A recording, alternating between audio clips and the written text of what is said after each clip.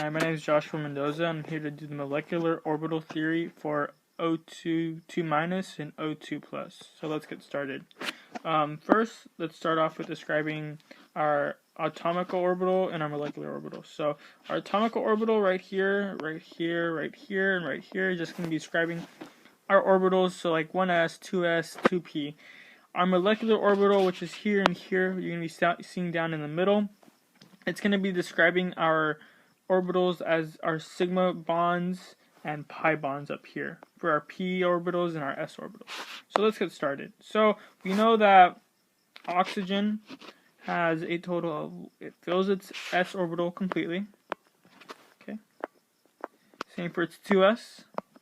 And it has 1, 2, 3, 4 electrons for both.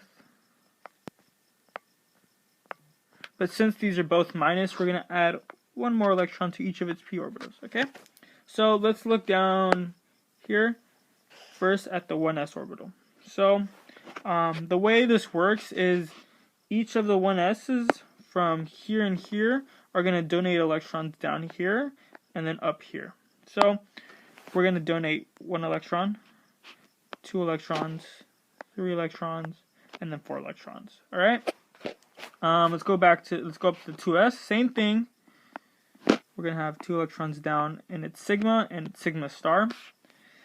And then let's go up to its p orbital. So we have a total of 1, 2, 3, 4, 5, 6, 7, 8, 9, 10 electrons we can work with. Now, the way this works is we want to fill the lowest energy right here, and we go up. Okay? So let's, with our 10 electrons, let's start distributing it out. So we're going to have 1, 2, 3, 4, 5, 6. Alright, we're done with our pi and our sigma bonds. Let's go to our sigma star bonds and our sigma pi bonds. So let's look. We have 1, 2, 3, 4, 5, 6. We have 4 more electrons to work with. So we have 1, 2, 3, 4. Alright? So that finishes off for our O2. Now let's go over to our O2+. So let's get started. We're going to have 1, 2, 3, 4, 5, 6, 7, 8 electrons. So let me erase that. 8 electrons for just O. Alright, now let's look over at O+. We're going to have 1, 2, 3, 4, 5, 6, 7. Since it's O+, we're going to lose an electron in its p orbital. Alright, now let's go through the same molecular orbital process. The s's right here are going to donate. So we have 1, 2, 3, 4. Same with the s's. Now to the p's. We have to work with 1, 2, 3, 4, 5, 6, 7 electrons. So we're going to have 1, 2, 3, 4, 5, 6, 7. Alright? Also, just to remember, this right here, your sigma, your 1s is going to be your bonding right here, and your sigma star is going to be your anti-bonding. It's going to follow the same format up here, here, and here. So anything with the star is anti-bonding.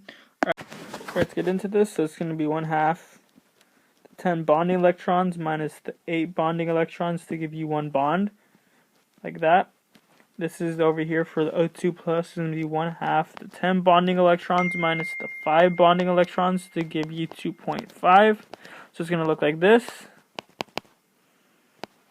Alright, does the species exist? Yes, and yes. This one is going to be much more stable, where O2+ is going to be not too stable. The bond length, or how far apart the bonds are to each other, this is going to be longer. This is going to be shorter. The bond strength, this is going to be weaker, and this is going to be stronger. And all that means is that how much force or energy it takes to break apart the bonds. The magnetic property. Okay, and for the last part, magnetic property, this is going to be diamagnetic, meaning that all the electrons are paired. And for the O2+, it's going to be paramagnetic, meaning that there are some electrons that are not paired. Thanks for watching, and hopefully I get 30 points.